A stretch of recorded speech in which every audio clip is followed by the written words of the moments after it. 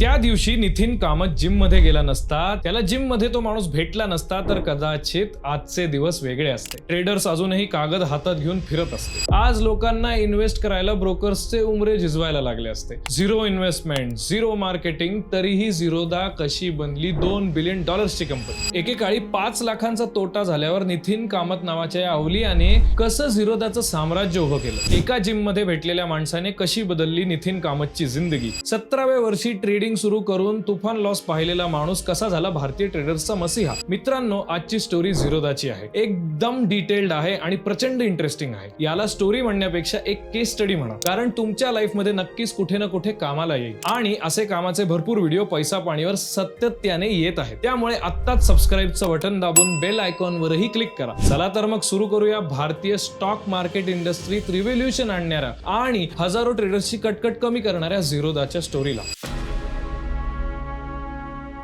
झिरोदाचे CEO Nitin Kamat यांचा जन्म कर्नाटक मधल्या शिमोगात 1986 साली झाला. वडील कॅनरा बँकेत मॅनेजर तर आई वीणा वाद्याची शिक्षिका. त्यामुळे आपणही चांगले शिक्षण घेऊन नोकरी करावी अशी नितीनची मानसिकता. नितीन पुढे शिक्षणासाठी बँगलोर इन्स्टिट्यूट ऑफ टेक्नॉलॉजीत दाखल झाला. इथे त्याने इंजिनिअरिंगचं शिक्षण घेतलं. नितीनचे सगळे मित्र जवळपास ट्रेडिंग करणारे, त्यामुळे नितीनलाही वयाच्या 17व्या वर्षीच ट्रेडिंगची सवय लागली. 18 वर्ष वय झाल्याशिवाय अकाउंट ओपन करता येत नसल्याने त्याने आईच्या नावाने खाते खोलले होते. तो खास करून पेनी स्टॉक मध्ये ट्रेडिंग करायचा. इंजिनिअरिंग पूर्ण होईपर्यंत नितीनने 5 लाख रुपये कमवले होते. पण 2001-2002 साली मार्केट क्रॅश झालं आणि त्याचे सगळे पैसे बुडाले. त्यामुळे त्याला नोकरी करण्याशिवाय पर्याय नव्हता. तेव्हा कॉल सेंटर जोरात सुरू होते. नितीनने नाईट शिफ्टला कॉल सेंटर आणि दिवसा ट्रेडिंग असं सुरू केलं. यातून त्याने पैसे कमवले आणि परत ट्रेडिंग मध्ये घातले. हे 1-2 दिवस सुरू नव्हतं, तर तब्बल 5 वर्ष नितीनने कॉल सेंटर आणि ट्रेडिंग असं काम चालू ठेवलं. परंतु नितीनच्या हातात लॉसेस आणि अनुभव यांच्याशिवाय काहीच येत नव्हतं. नातेवाईक नावं ठेवत होते, पण आई वडिलांनी हटकलं नाही. जे करायचंय ते करू दिलं. एवढा सगळा स्ट्रगल सुरू असताना नितीनने एक गोष्ट सोडली नाही, ती म्हणजे जिम. या जिम मध्ये त्याचं आयुष्य बदलून टाकेल अशी गोष्ट घडली. या जिम मध्ये एक अमेरिकन माणूस येत असे. नितीनची हळूहळू त्याच्याशी ओळख झाली. नितीनने आपला पोर्टफोलिओ त्या माणसाला दाखवला. तो अमेरिकन माणूस इतका इम्प्रेस झाला आणि त्याने नितीनला थेट 25 लाख रुपये देत पोर्टफोलिओ मॅनेज करशील का असं विचारलं. एवढं मोठं कॅपिटल पाहून नितीन नाही नक्कीच म्हणणार नव्हता. हळूहळू नितीनने चांगले रिझल्ट्स द्यायला सुरुवात केली. लोक त्याच्याकडे पैसे देऊ लागले. परंतु या लोकांना मॅनेज करणे नितीनला कठीण जाऊ लागले. रोज त्यांचा हिशोब ब्रोकरकडे देणे या गोष्टी त्याला फारच किचकट वाटू लागल्या. तेव्हा तो रिलायन्स मनीच्या अंडर सब ब्रोकर म्हणून काम करत होता. 2008 साल आलं आणि मार्केट क्रॅश झालं. या क्रॅश मधून नितीनने चांगले पैसे कमवले.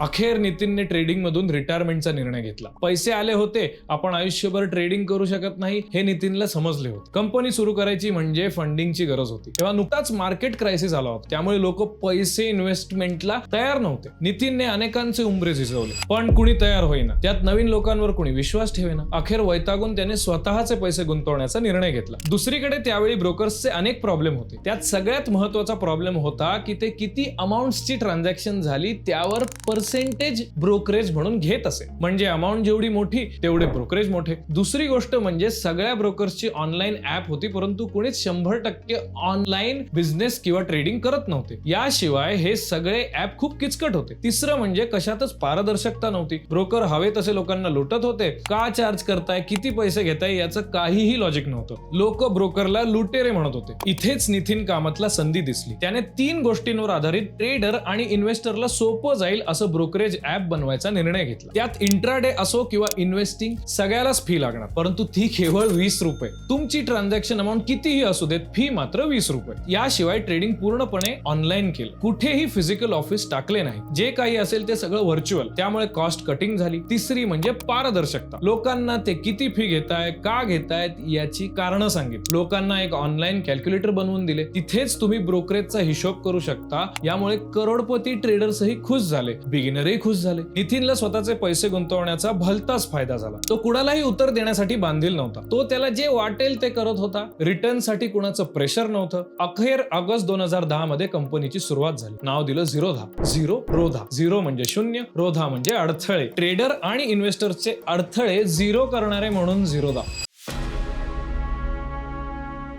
लोकांनी झिरोदावर विश्वास ठेवला. नितीनने जेव्हा ऍप बनवलं तेव्हा लोक NSE नाव नावाचं ऍप वापरत होती, परंतु त्यात कस्टमायझेशन करता येत नव्हतं. ते ऍप NSE वर चालत असे, परंतु BSE वर चालत नसे, कारण BSE ने अनेक सेगमेंट सुरू केले होते. ज्या कंपनीने नाव ऍप बनवले ती स्टॉक मार्केट टेक्नॉलॉजी मध्ये चांगलं काम करत होती. त्यांचीच मदत घेत नितीनने एक बेसिक सॉफ्टवेअर बनवले, त्याला नाव दिलं झिरोदा ट्रेडर. त्यानंतर दुसरे ऍप बनवले, त्याला नाव दिले झिरोदा मोबाईल. लोक हळूहळू झिरोदावर येत होते. पहिल्या वर्षात झिरोदावर 1000 लोक आली. तुम्हाला हा आकडा छोटा वाटेल, परंतु तेव्हा तो खूप मोठा होता, कारण तेव्हा डीमॅट अकाउंट ओपन करण्यासाठी 25 कागदपत्रे द्यावी लागत असत आणि 40 सह्या कराव्या लागत असत. नितीनला एक माहिती होतं की कस्टमर सॅटिस्फॅक्शन प्रचंड गरजेचं आहे. यासाठी नितीनने सचिन नावाने कस्टमर्सला फोन केले, त्यांचे फीडबॅक घेतले, त्याप्रमाणे ऍप मध्ये बदल केले. तेव्हा त्यांच्याकडे 5000 लोकांचे नंबर होते. त्यांना कोल्ड कॉलिंग केली. यातून हळूहळू माउथ पब्लिसिटीवर लोक झिरोदावर येऊ लागले. परंतु तरीही इनोव्हेशन असलं तरी ऍप मध्ये मजा नव्हती. अशातच एका फंडिंग साठी नितीन कैलाश नाथ यांच्याकडे गेले. काही कारणांमुळे ती डील झाली नाही, परंतु कैलाश नाथ यांनी नितीन यांना एक ऑफर दिली, मिळून काम करू, जबरदस्त ऍप बनवू. कैलाश नाथ हे AI आणि कोडिंग मधील बाप व्यक्ती. नितीनने लगेचच होकार दिला. 2015 मध्ये कैलाश आणि नितीन यांनी मिळून 30 लोकांची टीम बनवली. या टीमने अहोरात्र काम करून 2017 साली एक ऍप लॉन्च केले. ते ऍप होते काईट. वापरायला अतिशय सोपे, सुटसुटीत आणि एकदम क्लीन ऍप होते काईट. लोक खुश झाली.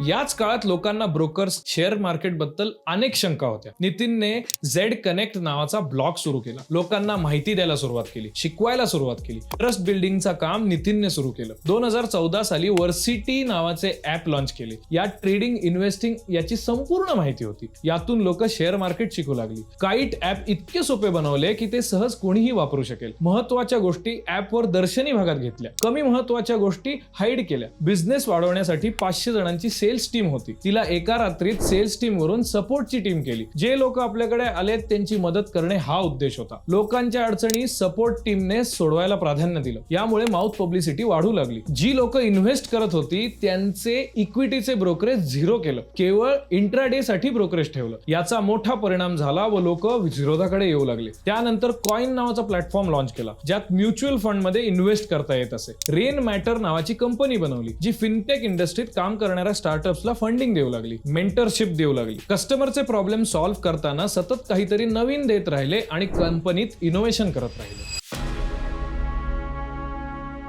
एक दिवस नितीन कामत यांनी एक ट्विट केले की ट्रेडिंग मध्ये 99% लोक पैसे गमावतात. यामुळे ट्रेडिंग कम्युनिटीतील लोक ब्रोकर हादरले. हा माणूस जो व्यवसाय करतोय त्याच्याच विरोधात बोलतोय म्हणून हल्लाबोल झाला. परंतु कामत यांनी कायमच प्रामाणिकपणाला प्राधान्य दिलं होतं. त्यांनी लोकांना सांगितलं की तुम्ही चांगले पैसे कमवा, मग ट्रेडिंग मध्ये या. यामुळे तुम्ही जास्त काळ ट्रेडिंग करू शकता. आज तुम्ही कमी कॅपिटलवर येता आणि लगेच मार्केटमधून कायमचे आउट होता. अनेक डिस्काउंट ब्रोकर्स जिथे अकाउंट ओपनिंग फ्री देत होते तिथे कामत यांनी अकाउंट ओपनिंगचे पैसे घ्यायला सुरुवात केली. जिथे ब्रोकर अॅन्युअल मेंटेनन्स चार्जेस घेत नव्हते तिथे झिरोदा चार्ज करू लागले. जिथे कस्टमर येण्यासाठी बाकी ब्रोकर पैसे घालवत होते, रेफरल देत होते, तिथे कामत नवीन कस्टमर पासून पैसे कमवत होते. यामुळे झालं काय तर जी लोक खर्च करू शकतात तेच झिरोदावर येऊ लागले. जे रेग्युलर ट्रेडिंग करतात तेच लोक झिरोदावर आले. याचा कंपनीला फायदा झाला. रेग्युलर कस्टमर मिळाले, सिरियस लोक प्लॅटफॉर्मवर आली. दुसरीकडे अनेक फिनटेक कंपन्या फंडिंग देणाऱ्यांचे पैसे जाळत होते. तिथे 1 रुपया न घेतलेला भारताचा हा स्टार्टअप प्रॉफिट्स बनवत होता. भारतातील ही पहिली डिस्काउंट ब्रोकर कंपनी आपलं काईट ऍप 10 भाषांमध्ये चालवते. जे गरजेचे आहे ते प्रोडक्ट मार्केटमध्ये आणते. लो मार्जिन, हाय व्हॉल्यूम हा मार्केटचा सर्वात यशस्वी फंडा वापरते. त्यामुळे अनेक यंग जनरेशन मधील लोक याकडे वळतायत.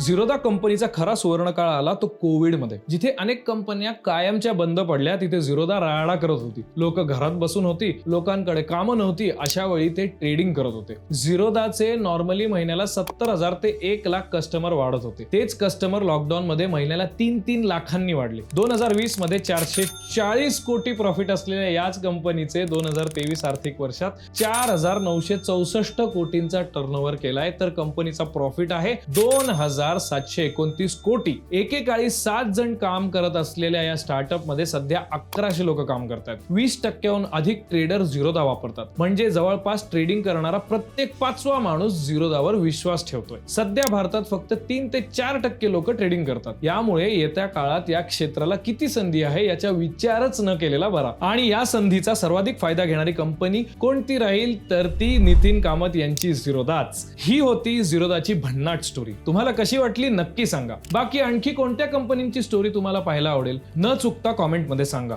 आम्ही 100% व्हिडिओ बनवूच. बाकी वेळ असेलच तर चॅनलवर फेरफटका मारा. झिरोदा सारख्या असंख्य स्टोरी तुम्हाला पाहायला मिळतील. एखादी स्टोरी तुमच्यासाठी इन्स्पिरेशनही ठरू शकते. सध्यासाठी थांबूया. पाहत रहा पैसा पाणी.